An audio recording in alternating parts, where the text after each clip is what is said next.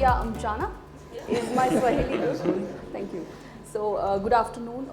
My name is Lakhmi and I'm a journalist with Stack Media. I hope everyone is having a fruitful and informative day so far. For this panel discussion, we are discussing how Africa's mighty flower logistics industry can keep firing on all cylinders and keep delivering freshness on time, every time, and how digital transformation is key to visibility in the flower industry. Fundamentally, we all know that supply chains will rapidly become digital going forward. This is true especially after this disruption, which was the coronavirus pandemic. And thanks to it, we are essentially in the era which is being called Logistics 4.0, which I think is quite appropriate. These days, it is not uncommon to hear words like visibility, track and trace, real-time, supply and demand, matching and forecasting thrown around in logistics for forums like this. In the last 2 years, we have in fact seen a slew of announcements in the air cargo industry where companies have taken their first steps into digitalization. The belief within the industry and several research papers are proof that modern IoT, AI and data innovations, with these kind of technologies, traditional logistics stands an opportunity of being completely transformed. With growing examples of self-driving technology, vehicle-to-vehicle innovations and interactive containers, the logistics industry must evaluate the possibilities and adapt to them. Recent technologies such as cloud computing, barcoding, Internet of Things have significantly advanced the ways in which supply chain processes can be managed. As a result, digital supply chains have emerged. Now, what are digital supply chains? They are nothing but value-added and smart, efficient systems enabled by novel technological and analytical approaches, which can result in new forms of revenue and growth of business value.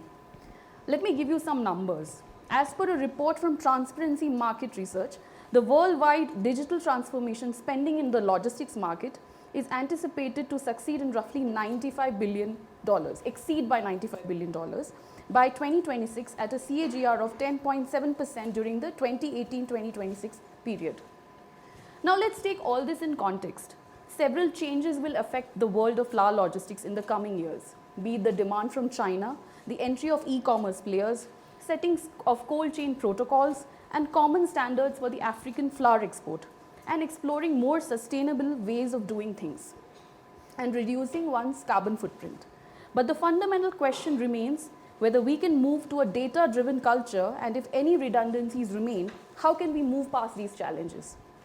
So I have a very rich and diverse panel here with representatives from the Kenyan farm industry, the air cargo sector, the cold chain and reefer verticals, and from sea freight, who will deliberate and give us some direction on the digital journey of flower logistics in Africa and how Kenya and other countries of Africa can move forward, and hopefully through these discussions we can plant a small seed of hope through this forum. So I want to start by putting a question forward to my panelists. How do you define digital transformation, and perhaps if you could go into some steps which you've taken in your own organizations, how you've implemented digital transformation. Now, please feel free to also mention any good practices that you know of in your industry. Here, I would also, like to start with the grower, Peter. If you could tell us about digital transformation. Good afternoon, everyone. Good afternoon. Yes, I'm Peter from Saruni Blossoms. We are a grower, and surprisingly, we have a unique way of doing things because we consolidate from a small holder and medium holders, basically based in Mauti, Kenya. We start from training, and from training we walk the journey with a small holder, where projecting from the farm through the parcel in the supermarket, only the end consumer abroad. Then we take the farmers through all the processes with all logistics that may pertain, so that we deliver fresh and on time. So that is basically what we do. And if I can define digital transformation, I can say it is a process of integrating the digital technology in our systems so that we are able to provide to the market, that to the consumer, end to end with efficiency. Eric? Hello. Hi. So, Jambo. Jambo. Jambo, Sekou Njema. Jambo is I'm trying to beat my moderator. So, thank you for having me. I'm Eric Gysen from Liege Airport. As you all know, we have a lot of flowers coming not only from Nairobi, but from all over the world. We have approximately, just to give you an idea, approximately 700 tons average of flowers coming through Liège every day. I don't want to mention it that we would beat the volumes going out of Nairobi, but we're also dealing with flowers from Ethiopia, also from Bogota, etc., Ecuador as well. Now, I'm glad what my neighbor said. He's in the field. He's a producer. He knows that digitization all over the full chain is necessary, but it doesn't solve everything. So I heard some very expensive words this morning, beautiful words, no criticism, but what Mr. Jeroen said, and he ran away, so he doesn't want to hear me. What Jeroen said was just brilliant. Jeroen is over there. I don't have anything to do with Flower Watch, anything, not even with Jeroen. But what he said was brilliant. It's not about apps. It's not about the whole digitized cold chain. It's about ownership. It's about monitoring. It's about control in the whole supply chain, as from the farmer to the trucking company bringing it to the handler, well, first to the freight forward and to the handler, etc., etc. You've seen the excursions that can happen. What can an app change to that? I wonder. Good afternoon, everyone. Good afternoon. Before I introduce myself, just want to be sure everybody is awake. Yeah, we have the displeasure of having this session in the afternoon after you fed us so well. So just checking. Thank you. My name is Peter Musola. I'm the head of cargo commercial at Kenya Airways. And we're really glad that we've been invited to this forum. Let me begin by saying that KQ was very instrumental over the pandemic. I'm not going to point fingers, but for known reasons, we had a lot of a mass exodus of capacity off the Kenyan market. And through a lot of creativity, we converted a lot of our aircrafts into freighters. I'm not sure about the cool chain on the passenger aircrafts, but this really was a step up in a lot of pain that the industry has gone through. Back to the question. There is a famous African proverb that says, if you want to go far, go together. If you want to go fast, you go alone. And I think this comes back to the digital question. What is digital transformation? I think for me, it's togetherness. It's shipment transparency. And if we can achieve that, I think we are digitally transformed. Kenya is one of the countries that is very, the digital penetration in the continent is growing in at an exponential level. And how this is transformed into the air cargo space. Traditionally, the airlines have gone it alone. And we have a lot of players going it alone. You have forwarders having independent systems, airline independent systems, handlers, independent systems, growers, I don't know what systems growers use, but independent systems. And one of the big initiatives coming off the aviation space is that IATA has launched one digital transformation initiative. It's called One Record. And the One Record initiative is really a standard that will allow every player in the value chain to connect and integrate their systems such that a grower can plug into KQ, a forwarder can plug into KQ, and from the standard, you're able to actually track the shipment at any point. Right now, we have a lot of opaqueness at certain levels. Maybe only the forwarders can view what's happening, and we lose a lot of transparency.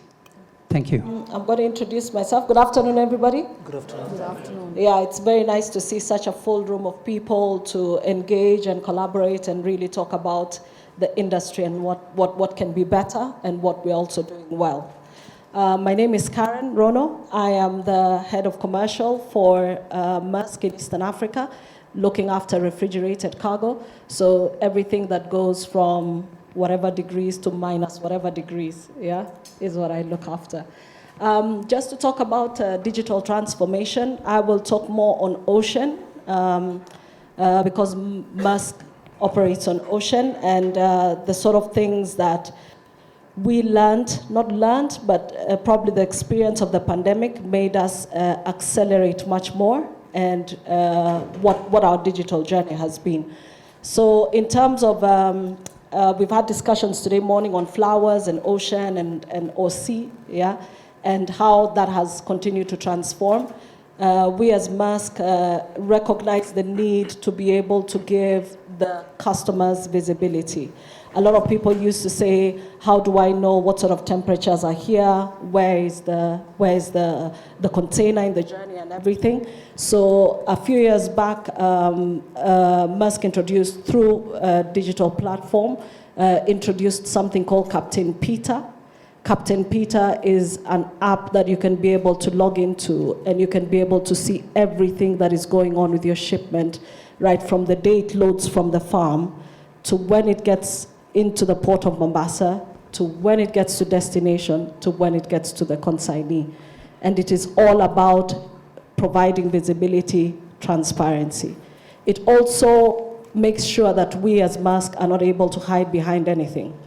We know that the customer is able to log in and say, there's something going wrong with my shipment, what are you doing about it? But it also has given us the avenue to be able to fix things and become more proactive instead of reactive. So if there's something going wrong with the controlled atmosphere, because you can be able to see the CO2, you can be able to see the oxygen and the temperatures, you're not having to call and say, what is going on or where is it? We, as your logistics partner, should be able to say that that is what we have seen and this is the solution that we are giving.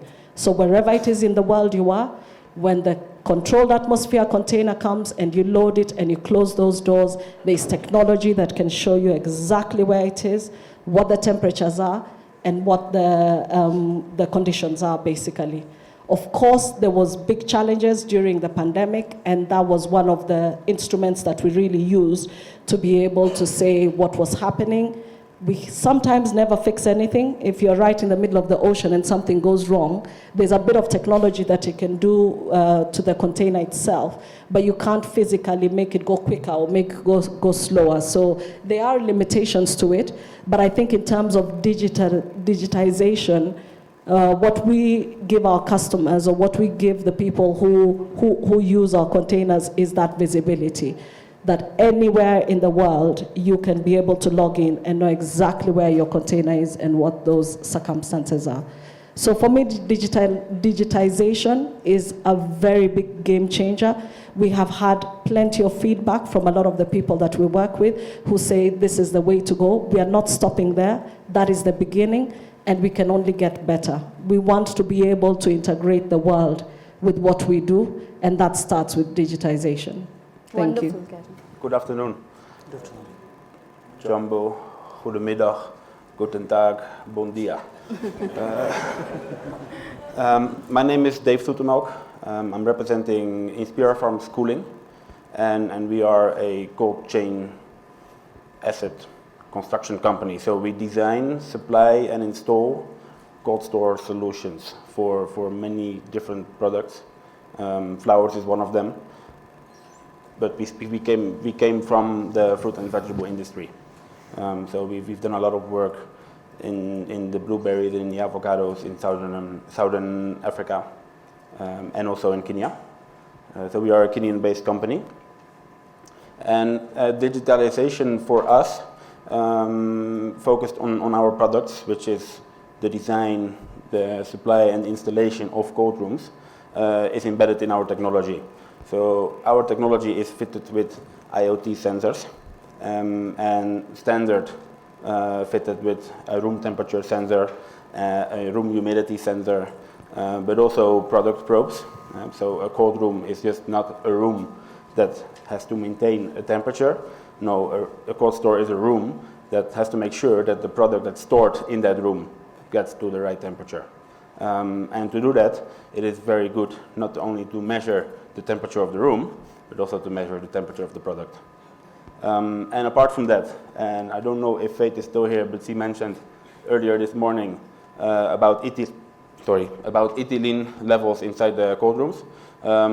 We have sensors that can be connected to our IoT system that is also measuring ethylene levels inside the cold room. We've done that successfully in the citrus, in the avocados, and we can also definitely do that in the flower cold rooms that we do. Thank you, Dave. So we'll come back to your product, which sounds very exciting, and I'm sure a lot of growers and shippers here are all ears to what you have to say. So I'm picking off from where Karen left off, like a pandemic has accelerated digitalization in the industry. So I want each of you to lean in and tell me if there were any lessons from the pandemic that we picked up. I'm sure this is true for the air cargo industry and the sea freight industry, which is now a route which is being looked at by many growers, flower growers, to ship out their products. So, and of course, if you could tell us, what challenges you faced post the pandemic with respect to your shipments. I remember vividly that the first case was announced by March 13th. And by then, we had a very great meeting because I told you when I was opening up that we deal with small holders and medium holders. And it was very hard to convince now our farmers that we are no longer going to ship the flowers from their farms because of the pandemic. But it did never end there. We had to go and sit down and see how best we can handle the situation. Yes, there was loss because many of the flowers, they are perishables and they cannot wait for long. But with the very limited capacity that was there in the air freight, we were able to push some volumes. In the process, we were able to learn that it is not necessarily, even in the company level, to meet physically because there are the protocols. Of course. So that is when now the Google Meet, the Zoom, and all the other media meetings rose up. And we were able now to adopt the meetings via Zoom, Google Meet, webinar that came later. Also, we pay our farmers their produce. At the times you can handle cash, but now we had to shift digital payments. Digital payment, so that we are able to comply with the protocols. However, there was hate, like anybody else in the industry, and there are no cash backs, there were no cash flow. So we had to operate at a certain budget so that we are able to keep afloat. From there, as a company, we also saw the necessity of having a reserve fund somewhere, so that when something like that comes, then you are able to keep afloat and then keep all your prayers that are around you alive and kicking. And up to today, we are surviving with the new normal, hoping that all things are going to get better. From COVID then came, and maybe it was mentioned here, the Russia-Ukraine war, which also affected the industry. So it is a mind opener, it's an eye opener that we keep alert. Something that may happen along the way when you are doing the business, and the business is very sensitive because of perishability, and you need to be there on time and every time. Then we need to have preparedness, not being reactive. Thank you. Sure. I just want to clarify something of my intervention before. I'm not against digitization. Who am I? Although my age could make you think something else, but I'm really in favor of all the initiatives that every industry, even the sea freight launches, also Brussels, etc. We are also dealing with all these digitized processes from A to Z. So what we can help the market with, and the Kenyan flour and producing market with, we will do, and we are doing it, as from landing until it's on the truck. Now, regarding COVID, we learned different things. We learned that, as you might know, these were really tough times for growers and all the, let's say, the areas of the origin, so the origin areas and markets. We saw that full freighter services survived COVID, luckily. Passenger aircrafts were grounded, as you know, no belly cargo, etc., no passengers. But that's why we had 25% of growth in the first year of COVID. We didn't want it, of course, because we didn't, our stakeholders weren't really prepared. Who was prepared for COVID? And then the next year we had again 25% of growth. So that's 50% in 2 years' time.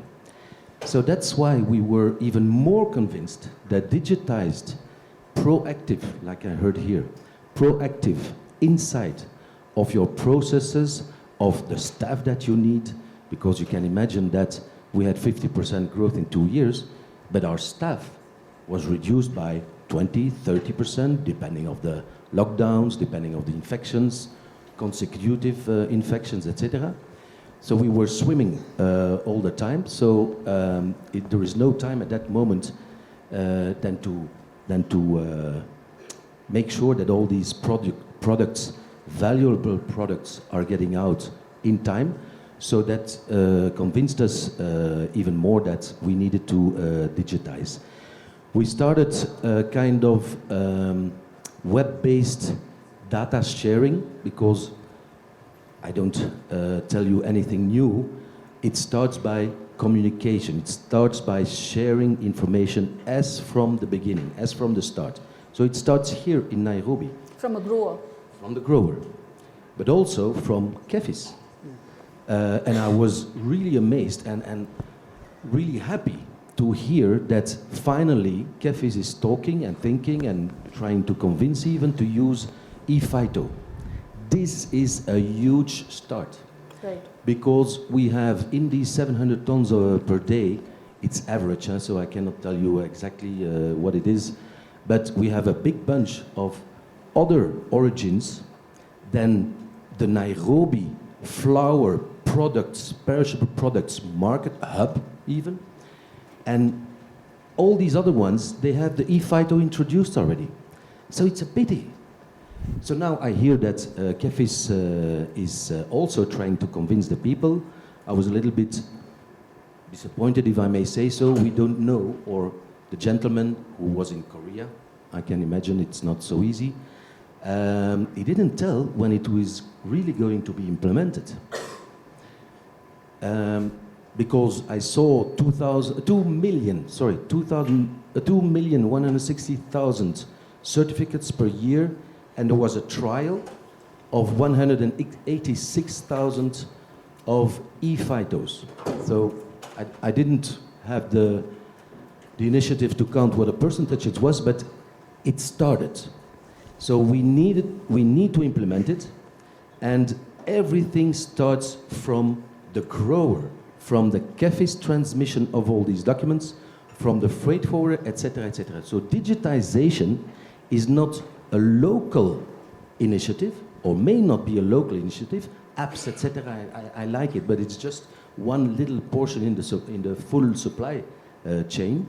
So the integration of services is really paramount. And then what I heard here, I'm coming here since 15 years. We're discussing about quality, shelf life, transparency, communication, whatever, even digitization. This word exists already 10 years. And now, finally, we have the e-phyto. So all of us need to be involved, need to be taking ownership of every part of that chain which the goods are into your custody at that moment. So I'm really convinced that apps digitization is a wonderful thing, but it's still a people's driven industry. If the ones getting these apps and these data shared, etc., and which is, by the way, it will be a flooding of data, you need to work on this, you need to be able to manage that. It's still about people. So if these people into the whole supply chain get their own ownership, then it will work. So what I can say about Liege Airport, we are in the warehouses, not me personally, I'm sorry, but the agents' representatives, the phytosanitary services, the handlers, even the trucking companies, they are inside the areas, and we have different, you cannot handle 800, 700 tons a day in one shed. So it's a little bit segregated, but it's good, because otherwise it would be one warehouse completely congested. So we have 3, 4 where it all happens. And all these people are in the field and on top of the cargo. That makes the difference. So Eric, you're a convert after all. Sorry? You are a convert to digitalization after all. Yes, I'm yeah. Glad to hear that. Old, and I believe in it still, yes, thanks. So Peter, 3,000 tons of flowers exported from Nairobi's international airport. So great. So if you could share your experience. Yes, certainly for KQ, the pandemic did accelerate digitization. Right in the middle of the pandemic in 2021, we took a very bold step to change over our operational systems for cargo. We moved away from the traditional cargo spot, which we've used for the last 10 or so years, into a new system that's called the Engine Next Generation. We view it as a future system, and it gives us a launchpad to interconnect with the ecosystem. I think cargo spot was, in our case, a little bit analog in that sense, and I think this is a very bold step by the business. Besides what we are doing within the cargo team, KQ has evolved an innovation hub. It's called Fahari Aviation Hub. There's a lot of drone technology that's been developed, and part of this technology will benefit a lot of the flower farms in terms of the processes, the fertilizer processes and things like that. And there is actually quite some investments in that space.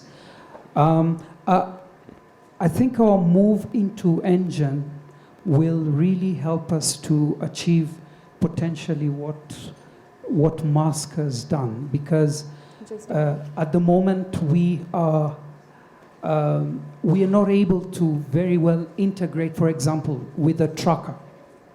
Our systems could not do that in the past. But since we are now on a future platform, I think those nodes are now open, and through whatever standards, technology standards, we should be able to plug in and share our information with all the other players within the industry so that we can create the level of transparency that's needed in the transportation chain. So would this be your version of an airport community system or something like that? Not really. Actually, the One Record IATA initiative is looking at removing intermediaries within the digital ecosystem so that anybody at any point can interconnect with the airlines. Right now, you have to go through one level of a community system, and then you interconnect. But with the new One Record, and this is why it's called One Record, you don't need to change it. Same document, same shipment, and all the information is interconnected to all the players in the value chain. Got it. Karen, you were talking about Mearsk, getting into the role of an integrator post the pandemic. If you could talk about that. Yeah, so like I mentioned initially, digitization was one of the things that we really upscaled. I'm not saying it wasn't there before, but it became more and more evident that we needed to do much more after the pandemic. So two other things that came, which I'm glad that our friend Eric from Liege has mentioned, is integration. A lot of our customers were saying that we really need end-to-end integration and collaboration. So when you pick up the cargo, when it goes over, they want to talk to one single point and one person. So I think integration in our supply chains is going to be a bigger conversation that is coming. And I think for the future, it is important for people. One of my colleagues normally says you have either one throat to choke or one back to pat. And that's sort of like the message that we're getting. We really want you to take us from this point to the other and let us know in between when there are any issues so that there's only one point of contact and one person. So that's a very big one that came out after that. The other one was decarbonization. It's been a lot of talk, quite a few movements, but we are seeing more and more bigger companies starting to say, how are we decarbonizing their supply chains? So the logistics part of it, what are you doing? As Mearsk, we've taken it very seriously. Globally, we have extended or brought forward our goals to be carbon neutral in all our operations by 2040. How that journey is beginning, we are starting with putting vessels on the water that will be using green fuel, which is methanol, and redesigning everything around our vessels to be able to cater for that. First one will come into play in 2023, but we hope by 2040 we should have been able to convert. And I think even by 2030 we should have a significant number of them. And what we do as a result of that on decarbonization is we are able to now talk to our customers and say, this is the part that we have to play in decarbonizing your logistics. We have something called eco delivery that we have introduced where we can be able to give you carbon points, give you back carbon points to be able to decarbonize your logistics. So if you're loaded on a particular vessel, it is completely audited, completely open and free, and access to that information. A lot of our customers are saying, yes, we want to know. We are there on the journey, but we want to pull everybody in the supply chain on the journey. So on the logistics part, I think we are playing our part as well. We are saying these are the things that are important, and these are the things that we are speeding forward and providing solutions to the customers on their logistics front, and saying that's what we do for the supply chains. And then finally, from my perspective, I had a lot of people saying ocean is or sea is competition to air. I absolutely do not believe that. I believe that they exist, that they need each other. There will always be a portion that will rely on the other. I think during the pandemic, we used to think one way, and what the pandemic taught us was tear everything you know and start afresh. So we need to be agile. Our supply chains need to look at various challenges. There are challenges that are on air that are not on ocean. There are challenges that are on ocean that are not on air. I think we will achieve a balance that both of them exist and both of them are important to get product, perishables, flowers, and the rest of the cargo to the markets. So in my perspective, we are friends to stay, and we're going to be good friends. Thank you. Dave, I would like to ask you, about the cost component and the insurance component of your product, because it's clear that your product is here to stay. And what kind of acceptance are you finding from growers? Because it's a traditional industry. Are they converted easily, or do you have to convince them? How do you convince them? If you could give us some data points. I can give some examples. I've been traveling to Kenya for 16 years. I've been visiting flower farms for 16 years. Right. 16 years ago, I saw procedures within a flower pack house with a person, with a piece of paper, going to check the temperature of the cold room on an hourly basis. Wow. Up to today, there are still flower farms that do that. So manually they check the temperature. They manually check the temperature every hour. of every cold room that they have.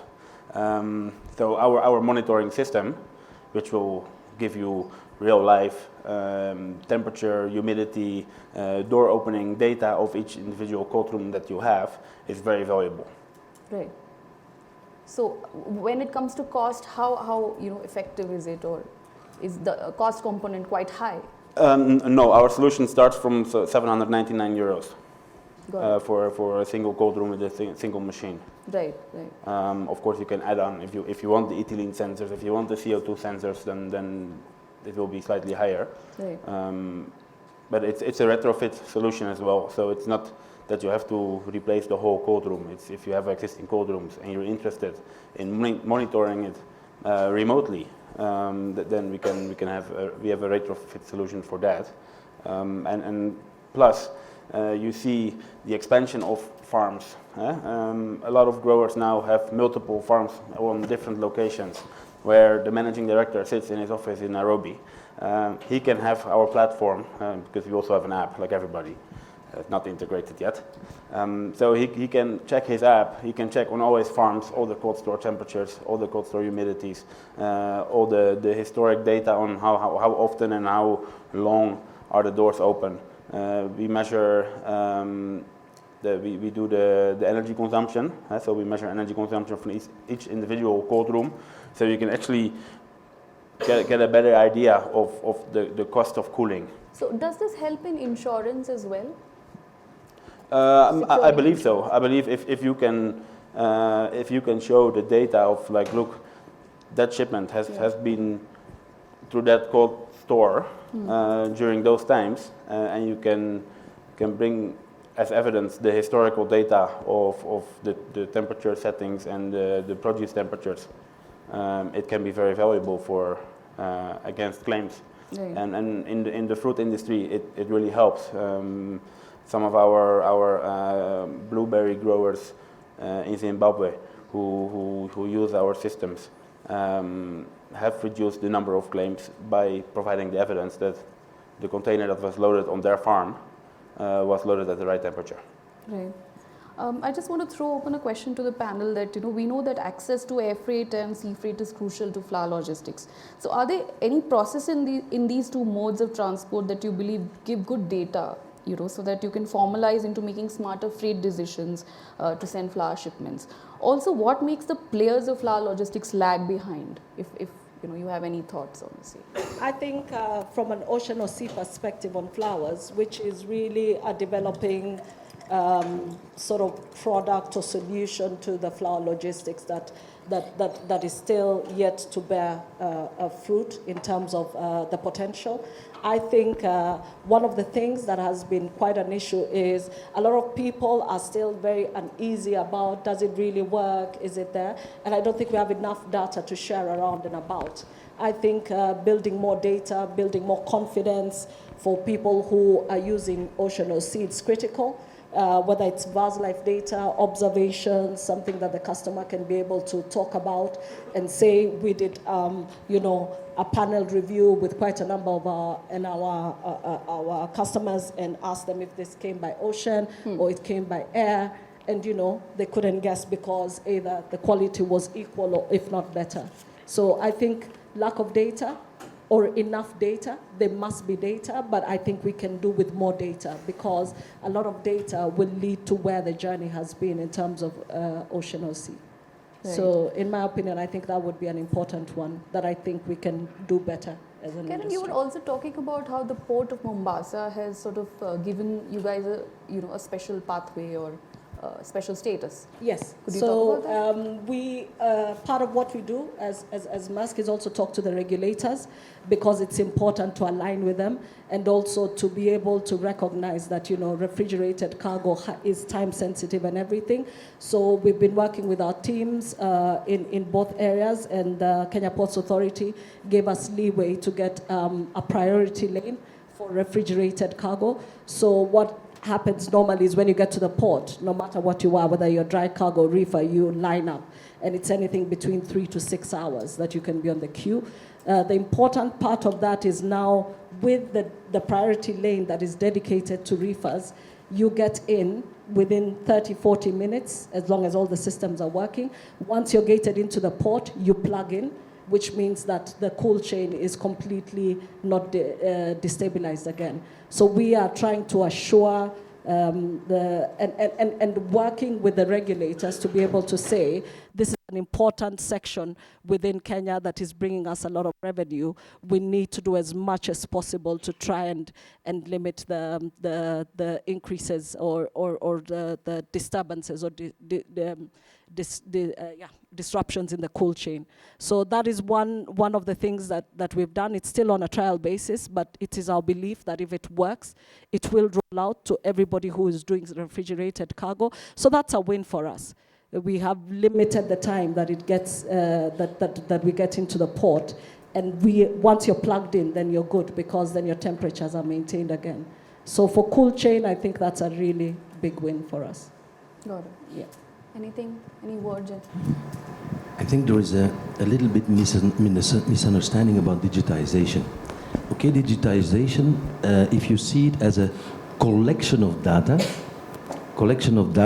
to see at what temperature the goods were stored, were handed over, were loaded inside the truck, etc. It can help you to improve your processes. You see, you're in a trial system. Digitized system or process means, in my terms, and especially for air freight, is that there is a transmission not only of the data, but of information, which is data, but information regarding the flow and the next steps to be aware of and to be prepared of, which can also be an excursion of temperature. If there is an excursion of temperature, the digitization and the data sharing of data collection can help you to proactively or actively, reactively intervene. But let's be realistic. I'm not exaggerating from, and I'm sorry for the term, from black to white, let's say to gray. Can you imagine? You have delivered your cargo to your freight forwarder. You have 6 pallets, freight forwarder, 6 pallets volumes, freight forwarder puts it on the pallets, etc., brings it to the warehouse, to the first line handler, and during the time, that it's put outside to be prepared to load on the aircraft. There is, thanks to your data collection, data transmission, there is an excursion of temperature. It's on the tarmac, it's between 100 pallets.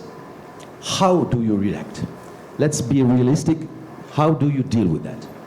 Secondly, you do it on sea freight. Sea freight, and I'm sorry, I'm not attacking you, or I don't want to offend anybody, but let's be realistic. Digitization, etc., it's fantastic. And so you delivered your container completely in order. The cooling group is working very well, etc. And suddenly, for whatever reason, your container is 8 high and there is a temperature excursion. How do you deal with it? So all these things, digitization, data collection, etc., it's good, but you need a backup. This data can help you to improve your processes, to convince your customers, but you need the fallback system. That's it. Peter, if you want to say. Yeah, just back to picking up on your question. One of the things we are doing from a Kenya Airways point of view is at the moment there is a aviation policy framework that's being developed in Kenya, and we have fed in some really critical inputs, especially in terms of the multimodal coordination and cooperation. So we do not necessarily see sea freight, although it's a competing mode of transport, but we see it as an enabler of trade in Kenya.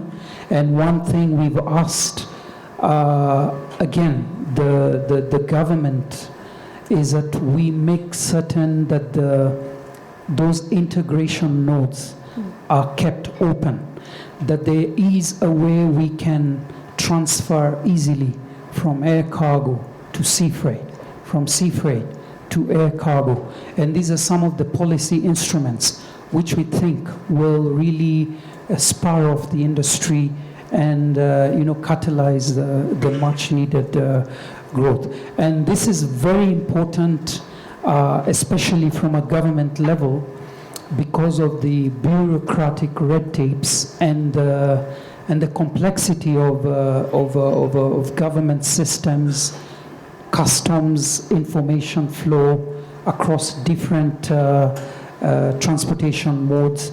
We want to see that there is that inter-relay, interconnectivity and flow of data, because this will really work to the advantage of the industry here in Kenya.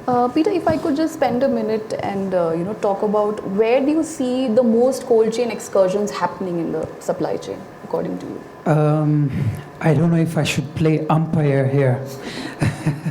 We had Jeroen who showed us some really fantastic data, and I think the data speaks. Jeroen, where was most excursion? On the ground. Yeah, so I think there were quite a number of samples, but from my general assessment, majority of the excursions happen on the ground. So it could be farm to airport, could be on the first mile, could be on the last mile. This is generally our hypothesis around where most of the excursions do happen. This year we had quite an unusual situation in Europe during summer, where we had an unusual labor situation in a lot of the European airports, and these were leading to a lot of artificial, unusual delays on the ground. Lack of truck drivers, and shipments sometimes would really take a lot of time on different points in the ground. So I would say generally that would be really one of the areas that if we were to really improve the cold chain, we really need to look at all those spots. You want to say something? So you see, I don't want to say no comment, but you see that it's a people's driven business from Absolutely. from warehouse or from greenhouse, to fork or to face. If you don't have the people which are on top of the cargo, in whatever stage, in whatever phase they are transiting during the complete supply chain, a digitalized system will not help you. It will help you for your insurance. It will help you to get a claim to the airline or whomever, even to the handler or the airport. So the thing is, in Liege Airport, if I may talk a little bit about the airport, we've seen it during COVID time. Lack of staff, being off during 3 weeks with COVID. 5 weeks later, they have long COVID, etc., etc. So what we did, we made a bunch of intermediate personnel. I don't know what's it called exactly. It's well, intermediate. It's youngsters. You need to train them. So you need to secure them to pass the whole security system or screening. But once you have this pool together and you train them very well and they take ownership, I'm sorry to mention it again, if they have this ownership, if they have this passion like Mr. Jeroen had or showed, then it will make, that's your insurance. It needs to be tackled before that excursion or that whatever problem occurs. So at the basis, the communication, transmission of documentation, of info, and then every step, whatever the FITO may have decided, or when the goods are released and ready for pickup, as a true unit or as a breakdown carton, that can be helping a lot into the full supply chain. Thanks. Dave, I would like to bring you in, and you were bringing up a very important point of how visibility is more important in the sea freight, because there's more land movement. So could you talk about that? Yeah. I mean, cooling is more important in sea freight. Yes. You need a better cooling to load a reefer container with flowers at 0.5 degrees. And the traditional farmers in Kenya are all coming from 35 years of experience with doing everything by air freight. So I'm not sure if the data is really part of that. Of course, its visibility is always good and is always an improvement, but the quality of cooling is really important. Right. Now, Kenya's floriculture industry enjoys a relatively long season, right, which runs from September through May, peaking in February as flower farmers maximize on the festive season, which is the Valentine's Day and the Mother's Day, which is coming up. So, very busy season ahead for you, Peter. So, True. I just wanted to understand from you, where do you are representing a lot of farmers as well. Yes. So, where do you foresee digital transformation in the flower trade? If you look in a futuristic way. Where do you think digital transformation is going to happen? We must acknowledge that the industry is very dynamic and it is changing Rapidly.